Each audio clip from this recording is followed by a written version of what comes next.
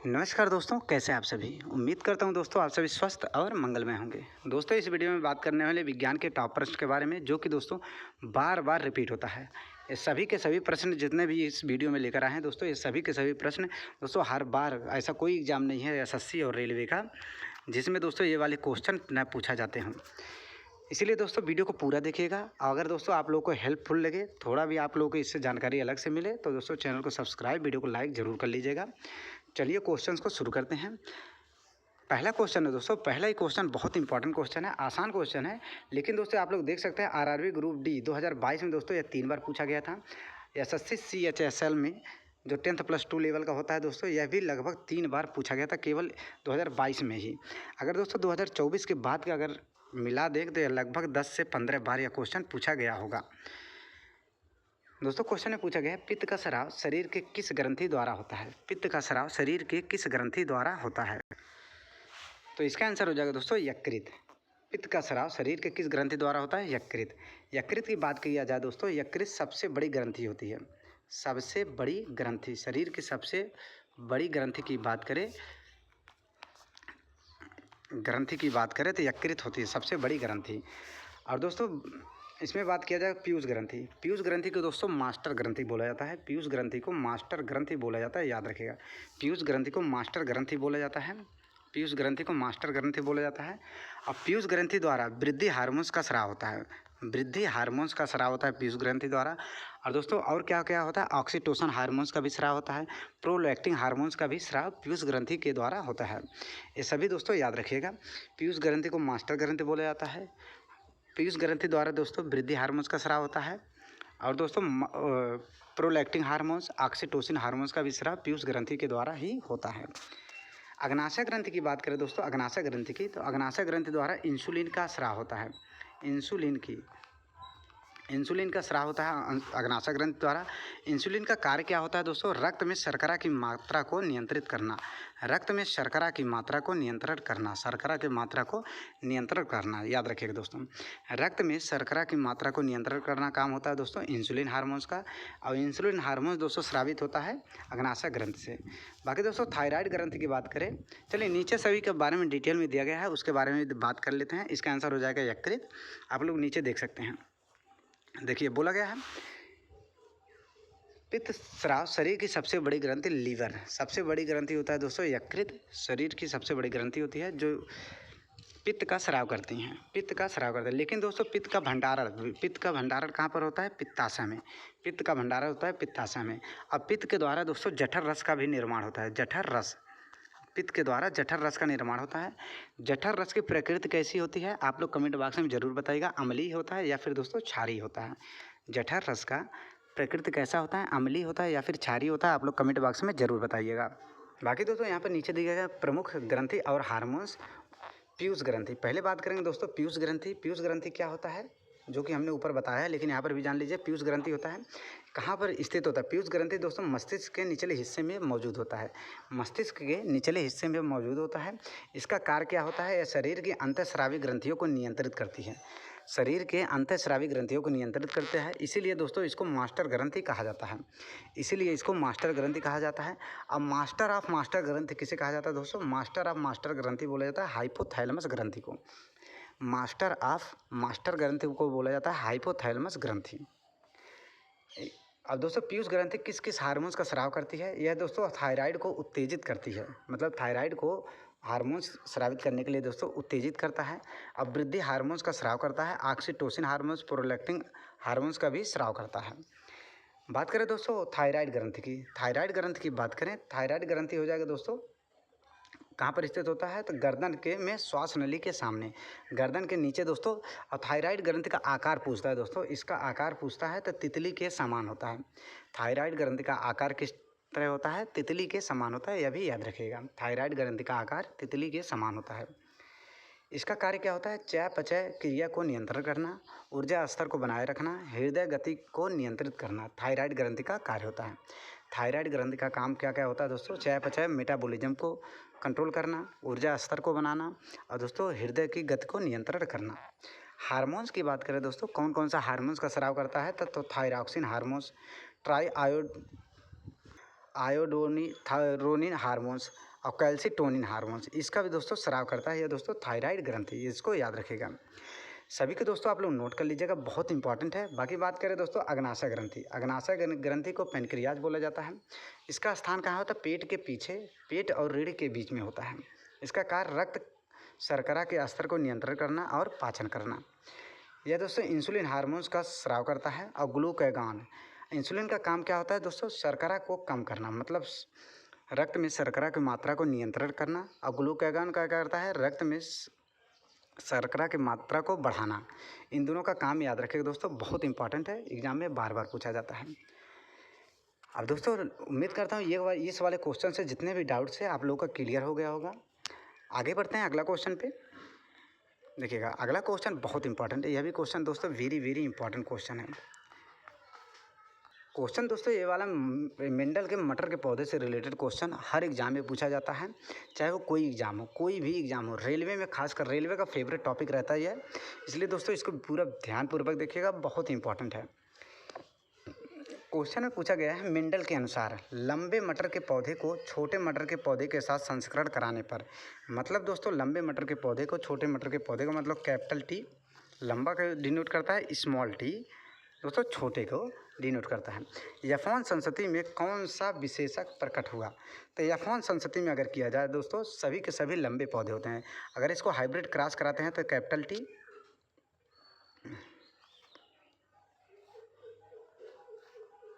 कुछ इस तरह से दोस्तों बनकर आ जाएगा 4। तो capital T small T, capital T small T, फिर कैपिटल टी, फिर इस स्मॉल टी से कैपिटल टी स्मॉल टी, फिर दूसरा वाला कैपिटल टी, फिर पहले वाले स्मॉल टी से, फिर दूसरा वाला कैपिटल टी दूसरे वाले स्मॉल टी से। अब दोस्तों इसमें प्रभावी लक्षण देखने को मिलता है जो सबसे आगे होता है, जो दोस्तों आगे होता है, जो आगे होता है उसी के द्वारा प्रभावी लक्षण डिनोट किया जाता है।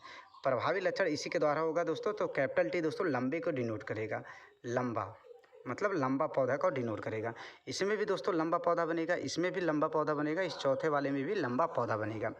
तो दोस्तों यफॉन संस्कृति में अगर पूछा जाएगा तो दोस्तों सभी के सभी लंबे पौधे होंगे, सभी के सभी लंबे पौधे होंगे यफॉन संस्कृति में।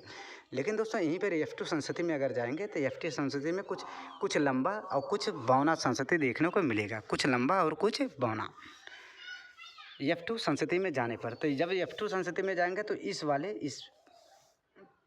जब F2 संस्कृति में जाएंगे दोस्तों तो इस वाले से और दोस्तों इस वाले से क्रॉस करवाएंगे, कैपिटल टी स्मॉल टी और कैपिटल टी स्मॉल टी से संस्कृति कराएंगे, हाइब्रिड क्रॉस कराएंगे तो दोस्तों कुछ लंबा पौधा कुछ बौना पौधा देखने को मिलेगा। तो इसका आंसर हो जाएगा दोस्तों लंबा पौधा। अब दोस्तों यहाँ पर कुछ आगे बात करते हैं इसके बारे में। डायरेक्ट याद रखिएगा दोस्तों, या फिर आप लोग निकाल लीजिएगा हाइब्रिड क्रॉस करके, सिंपली आप लोग का आ जाएगा, क्या आ जाएगा? फेनोटाइप अनुपात और जीनोटाइप अनुपात। उसके पहले जान लेते हैं दोस्तों लंबे मटर के पौधे और छोटे मटर के पौधे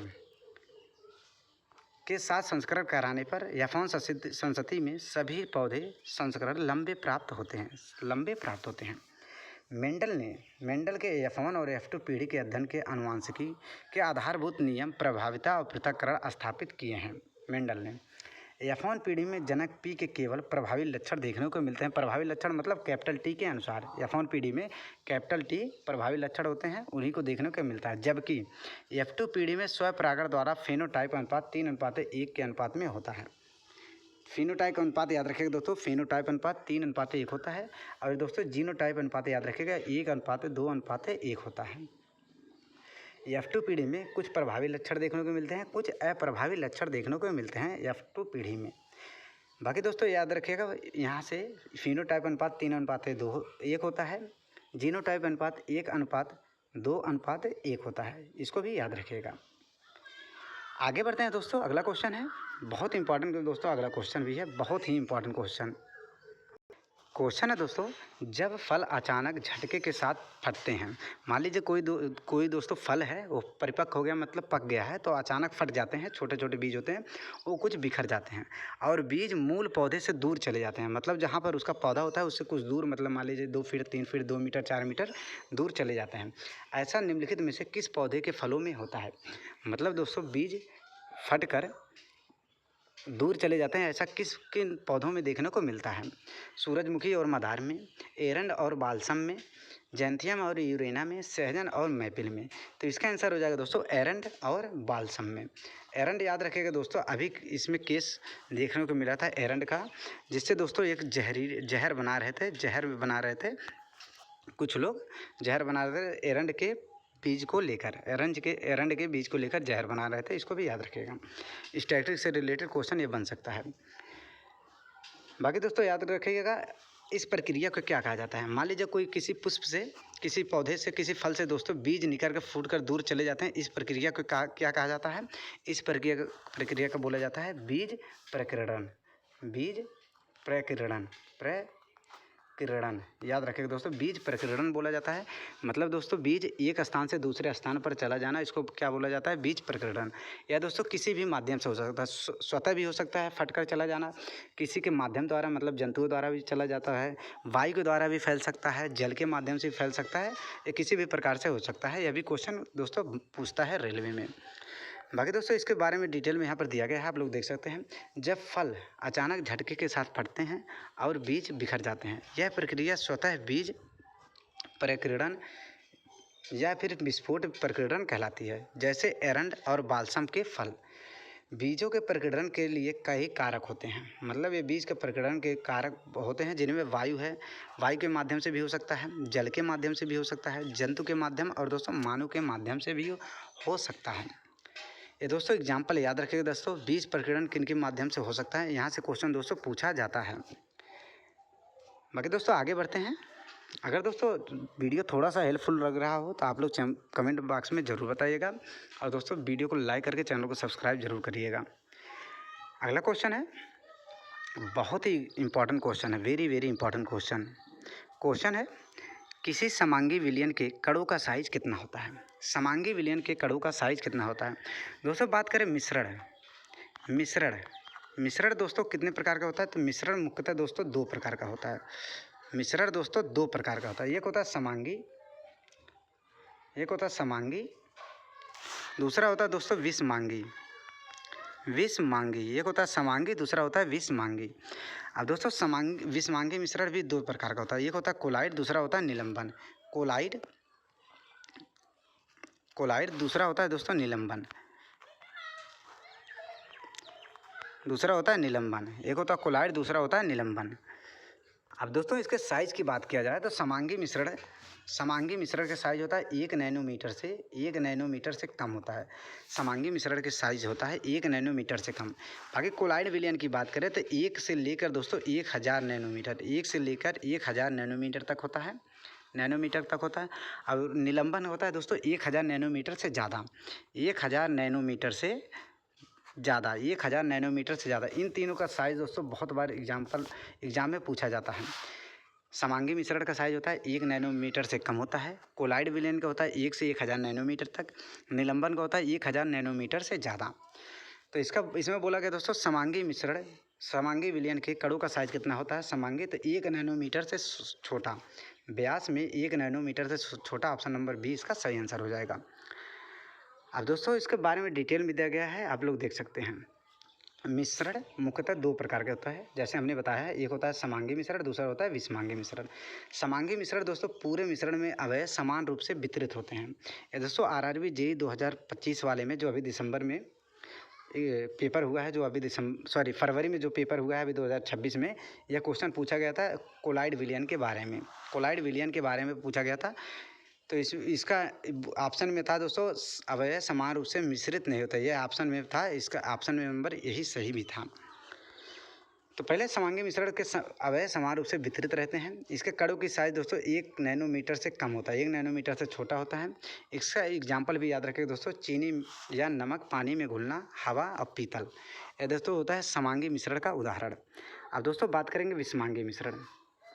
इसको दोस्तों स्क्रीनशॉट ले लीजिएगा, पहले समांगी मिश्रण का स्क्रीनशॉट ले लीजिएगा, यह दोस्तों बहुत ही इंपॉर्टेंट है।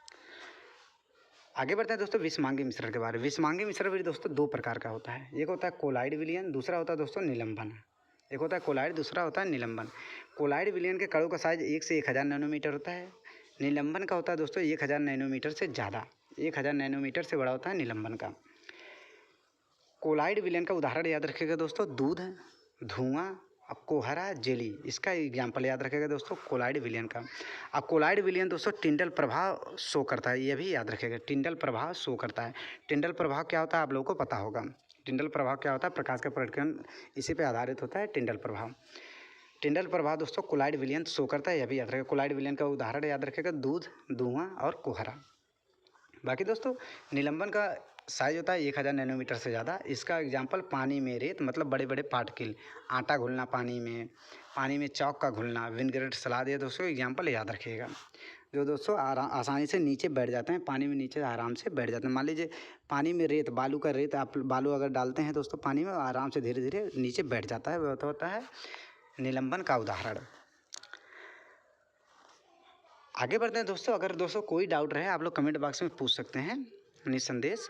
आगे बढ़ते हैं। बहुत ही इंपॉर्टेंट क्वेश्चन यह भी है, जब किसी वस्तु को एक अवतल दर्पण के सामने अनंत पर रखा जाता है तो उसका प्रतिबिंब निर्मित होता है। अवतल दर्पण, मान लीजिए दोस्तों यह कोई दर्पण है, अवतल दर्पण और कोई दर्पण के अवतल दर्पण है, यह होता है दोस्तों मुख्य अक्ष, प्रिंसिपल एक्सिस, इसको बोला जाता है प्रिंसिपल एक्सिस, मुख्य अक्ष। यहाँ पर होता है पी मतलब पोल, मतलब दोस्तों ध्रुव, यहाँ पर ध्रुव होता है जिसे पोल पी द्वारा निर्देशित किया जाता है। यह होता है दोस्तों वक्रता त्रिज्या सी, सेंटर ऑफ कर्वेचर। यह होता है दोस्तों फोकस, फोकस मतलब दोस्तों फोकल लेंथ, फोकस दूरी। फोकस दूरी दोस्तों, फोकस दूरी होता है वक्रता त्रिज्या का आधा, फोकस दूरी वक्रता त्रिज्या का आधा होता है, यह भी याद रखिएगा। बोला गया जब किसी वस्तु को अवतल दर्पण के सामने अनंत पर, मान लीजिए दोस्तों वस्तु को यहाँ पर रखा गया है, यहाँ पर अनंत पर रखा गया, बहुत दूर अनंत पर रखा गया है, तो प्रतिबिंब कहाँ बनेगा। तो दोस्तों मान लीजिए कोई वस्तु है, यहाँ से प्रकाश किरण आएगी दोस्तों, प्रकाश का किरण वह दोस्तों फोकस से होकर चला जाएगा। एक दोस्तों यहाँ से गुजारिएगा, वह भी दोस्तों फोकस से होकर चला जाएगा, तो प्रतिबिंब दोस्तों कहाँ पर बनेगा, फोकस पर। ऑप्शन नंबर ए इसका सही आंसर हो जाएगा, फोकस पर बनेगा। जब कोई भी वस्तु किसी भी दर्पण दोस्तों बहुत दूर अगर रखा जाता है तो वह फोकस पर ही बनता है। आसान होता है दोस्तों, इसको याद रखिएगा, अनंत पर अगर कोई वस्तु रखा गया है तो इसका प्रतिबिंब हमेशा फोकस पर ही बनेगा। अब बहुत छोटा, उसके वो बहुत छोटा भी बनेगा, फोकस पर बनेगा लेकिन दोस्तों बहुत छोटा बनेगा, यह भी दोस्तों याद रखिएगा। बाकी दोस्तों इसके बारे में यहाँ पर नीचे लिखा गया है, आप लोग देख सकते हैं। आगे बढ़ते हैं। बहुत ही इंपॉर्टेंट क्वेश्चन है दोस्तों, वेरी वेरी इंपॉर्टेंट क्वेश्चन। आप लोग देख सकते हैं दोस्तों सभी के सभी क्वेश्चन बहुत ही इंपॉर्टेंट क्वेश्चन है और बार बार रिपीट होने वाले प्रश्न हैं। सबसे ज़रूरी बात, बार बार रिपीट होने वाले प्रश्न हैं। अगर दोस्तों आप लोग वीडियो पूरा यहाँ तक देख लिए हैं तो आप लोगों को एहसास हो गया होगा कि ये क्वेश्चन बहुत इंपॉर्टेंट है सभी। इसी तरह दोस्तों आगे भी अभी बहुत क्वेश्चन है, सभी के क्वेश्चन सॉल्व करेंगे। चलिए इस क्वेश्चन के बारे में बात करते हैं। बोला गया किसी विद्युत परिपथ में 220 वोल्ट की बैटरी जोड़ी गई है। V का मान कितना दिया है दोस्तों, V का मान दिया है 220 वोल्ट, 220 वोल्ट। और परिपथ का प्रतिरोध R का मान कितना दिया है, तो R का मान दिया है दोस्तों 4 ओम, R का मान दिया है 4 ओम। विद्युत परिपथ की क्षमता क्या होगी, क्षमता मतलब पावर, शक्ति, शक्ति P का मान पूछा है, P का मान पूछा है, पावर क्या होगा। P का सूत्र याद रखिएगा दोस्तों, P बराबर होता है V इंटू आई, V इंटू आई। V होता है दोस्तों वोल्ट, V होता है दोस्तों वोल्ट, I होता है धारा। तो इसमें I का मान नहीं दिया है तो ओम्स लॉ होता है V बराबर आई आर, I के जगह पे दोस्तों V बटे R रख देंगे तो P बराबर हो जाएगा दोस्तों V गुणे V बटे R। तो यहाँ से हो जाएगा दोस्तों एक नया सूत्र निकल कर आ जाएगा V स्क्वायर बटे R, V स्क्वायर बटे R, V स्क्वायर बटे R निकल कर आ जाएगा। तो P बराबर निकल कर आ गया दोस्तों V स्क्वायर बटे R, P बराबर V स्क्वायर बटे R निकल कर आ गया, इसी में सिंपली रख देंगे। V का मान दिया है दोस्तों 220 गुणे 220 बटे R का मान है दोस्तों 4। अब 4 को काटेंगे दोस्तों यहाँ से 11, या 2 बार जाएगा, 2 से 11 तो हो जाएगा दोस्तों 11 ग्राम 121, मतलब दोस्तों ऑप्शन नंबर डी इसका आंसर निकल कर आ जाएगा। ऑप्शन नंबर डी इसका आंसर निकल कर आ जाएगा। बाकी दोस्तों ये वाला फार्मूला याद रखिएगा, बहुत इंपॉर्टेंट है। P बराबर V इंटू आई, और ओम्स लॉ आप लोगों को पता होगा V बराबर आई आर होता है, V बराबर आई आर, यह होता है ओम्स लॉ। यहाँ से दोस्तों इसको पुट करके सिंपली आप लोग निकाल पाएंगे। आगे बढ़ते हैं। बहुत ही इंपॉर्टेंट क्वेश्चन है दोस्तों, यह भी बोला गया है क्वेश्चन में निम्नलिखित में से कौन सा संयोजन एक अवक्षेप उत्पन्न करेगा। दोस्तों अवक्षेप का मतलब क्या होता है, अवक्षेपण क्रिया या फिर अवक्षेप। अवक्षेप क्या क्या मतलब है, सिंपली याद रखिएगा दोस्तों, सिंपल फॉर्म में याद रखिएगा। अवक्षेप का मतलब दोस्तों सॉलिड स्टेट, सॉलिड स्टेट, ठोस, ठोस दोस्तों मेटल याद रखिएगा दोस्तों। किसी भी रिएक्शन कराने पर दोस्तों अगर मेटल प्राप्त होता है उसी को बोला जाता है अवक्षेप अपक्रिया, मतलब अवक्षेप उत्पन्न होना। अवक्षेप हुआ होता है दोस्तों जो पानी में अघुलनशील होता है, पानी में अघुलनशील होता है, अघुलनशील होता है, पानी में अघुलनशील होता है, उसी को बोला जाता है अवक्षेप। अब दोस्तों यहाँ से देखिएगा कौन से रिएक्शन द्वारा ऐसा हो सकता है, कौन से संयोजन था। सोडियम हाइड्रोक्साइड का आयरन क्लोराइड, यहाँ पर दोस्तों आयरन है, यहाँ पर आयरन आएगा अवक्षेप में रूप में दोस्तों। आयरन का एक अयस्क एक यौगिक बनकर आएगा, आयरन का एक यौगिक बनकर आएगा। तो आयरन लोहा जो होता है दोस्तों पानी में आसानी से घुलता नहीं है, तो इसका आंसर ऑप्शन नंबर ए इसका आंसर हो जाएगा, ऑप्शन नंबर ए इसका आंसर हो जाएगा। बाकी दोस्तों अन्य एग्जाम्पल अन्य ऑप्शन की बात करें दोस्तों, इसमें सोडियम हाइड्रोक्साइड और सोडियम क्लोराइड है। सोडियम और हाइड्रोक्साइड जितने भी हैं दोस्तों ये सभी जल में घुलनशील हैं। पोटेशियम परमैंगनेट, अगर सोडियम क्लोराइड, नाइट्रिक अम्ल भी रहेगा, कोई भी दोस्तों यहाँ पर रहेगा, सोडियम है, ये सभी दोस्तों पानी में घुलनशील हैं। बाकी दोस्तों आयरन दोस्तों पानी में घुलनशील नहीं होगा। इसके बारे में डिटेल यहाँ पर दिया गया, आप लोग देख सकते हैं। फेरिक क्लोराइड बोला गया जब सोडियम हाइड्रोक्साइड यानी OH और फेरिक क्लोराइड को मिलाया जाता है तो फेरिक हाइड्रोक्साइड का अवक्षेप बनता है, अर्थात यह पानी में अघुलनशील है। फेरिक ऑक्साइड का हाइड्रोक्साइड का अवक्षेप बनता है जो पानी में अघुलनशील है। अवक्षेपण अपक्रिया क्या होता है दोस्तों, यह एक रासायनिक अपक्रिया है जिसमें दो जलीय विलयन आपस में क्रिया करके एक अघुलनशील ठोस उत्पाद बनाते हैं, एक अघुलनशील ठोस उत्पाद बनाते हैं जिसे अवक्षेप प्रेसिपिटेट कहा जाता है, जिसे दोस्तों अवक्षेप कहा जाता है, इसको याद रखिएगा। यह अपक्रिया के बारे में दोस्तों यह डिफिनीशन भी क्वेश्चन में पूछा जाता है, यह डिफिनीशन भी दोस्तों याद रखिएगा, अवक्षेपण अपक्रिया क्या होता है, यह भी दोस्तों रेलवे में बहुत बार पूछा जाता है। आगे बढ़ते हैं दोस्तों, अगला क्वेश्चन है, बोला गया है एक तरंग v, एक तरंग का वेग दोस्तों v दिया गया है, वेग v, आवृत्ति f दिया गया है, और दोस्तों तरंग दैर्ध्य लैम्डा। तो मतलब इसका दोस्तों रिलेशन पूछा गया, इन तीनों में रिलेशन क्या है, इन तीनों में रिलेशन क्या है। तो तरंग का वेग बराबर होता है फ्रीक्वेंसी इंटू तरंग दैर्ध्य लैम्डा, फ्रीक्वेंसी इंटू तरंग दैर्ध्य लैम्डा, फ्रीक्वेंसी आवृत्ति गुणे तरंग दैर्ध्य, आवृत्ति गुणे तरंग दैर्ध्य, आवृत्ति गुणे तरंग दैर्ध्य, ऑप्शन नंबर सी इसका सही आंसर हो जाएगा, आवृत्ति गुणे तरंग दैर्ध्य। आप आसान क्वेश्चन है, यहाँ पर देख सकते हैं, इसके बारे में भी दिया गया है। नोट, माध्यम में किसी कण के पूरे चक्कर या कंपन में के समय तरंग जितनी दूर तय करता है उसे तरंग दैर्ध्य कहा जाता है। यह क्वेश्चन याद रखिएगा, तरंग दैर्ध्य क्या होता है। डेफिनेशन फॉर्म में दोस्तों कथन के रूप में यह क्वेश्चन पूछ सकता है, तरंग दैर्ध्य किसे कहा जाता है। तो ये वाला नोट वाला जो है एक लाइन इसको याद रखिएगा, माध्यम के किसी भी कण के एक पूरे चक्कर या कंपन के समय में तरंग जितनी दूर तय करती है उसी को दोस्तों तरंग दैर्ध्य कहा जाता है। मतलब एक चक्कर में, एक कंपन में जितना दूरी तय करेगा उसी को बोला जाता है तरंग दैर्ध्य। अच्छा दोस्तों, किस कलर का तरंग दैर्ध्य सबसे ज़्यादा होता है, किस रंग का तरंग दैर्ध्य का सबसे ज़्यादा होता है, तो हो जाएगा दोस्तों लाल का, लाल रंग का तरंग दैर्ध्य सबसे ज़्यादा होता है। बाकी दोस्तों बैगनी रंग का तरंग दैर्ध्य सबसे कम होता है, बैगनी रंग का कम होता है, लाल रंग का दोस्तों ज़्यादा होता है, बैगनी रंग का कम होता है, लाल रंग का ज़्यादा होता है, इसको भी याद रखिएगा। आगे बढ़ते हैं, देखिएगा यहाँ पर कुछ इंपॉर्टेंट फैक्ट्स दिया गया है पित्तरस के बारे में, जो कि पहले वाले क्वेश्चन में दिया गया था। पित्तरस के बारे में कुछ फैक्ट दिया गया है, बोला गया है पित्तरस, इसको दोस्तों नोट कर लीजिएगा, बहुत इंपॉर्टेंट है। यह हमने बोला था दोस्तों, कमेंट बॉक्स में आप लोग बताइएगा, पित्तरस से जठर रस निकलता है उसका दोस्तों प्रकृति कैसा होता है, क्षारीय होता है या फिर अम्लीय होता है। तो यहाँ पर देख सकते हैं वह क्षारीय द्रव होता है, यह पीले रंग का क्षारीय द्रव होता है जिसका pH मान 7.7 होता है।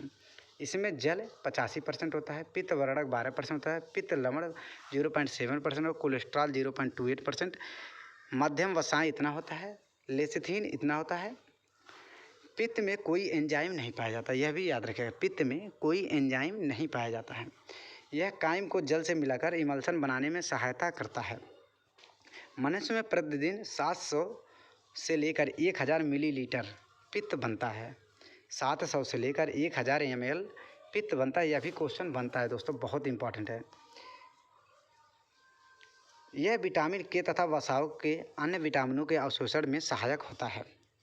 यह अनेक उत्सर्जी तथा विषैले पदार्थों व धातुओं के उत्सर्जन का कार्य करता है। बहुत ही इंपॉर्टेंट यह दोस्तों फैक्ट है, इसको नोट कर लीजिएगा, बहुत ही इंपॉर्टेंट है। तो दोस्तों बस आज के लिए इतना ही। उम्मीद करता हूँ दोस्तों वीडियो पसंद आया हो। वीडियो पसंद आया तो दोस्तों चैनल को सब्सक्राइब करके वीडियो को लाइक ज़रूर कर दीजिएगा। मिलते हैं एक और नए वीडियो के साथ, तब तक के लिए दोस्तों धन्यवाद।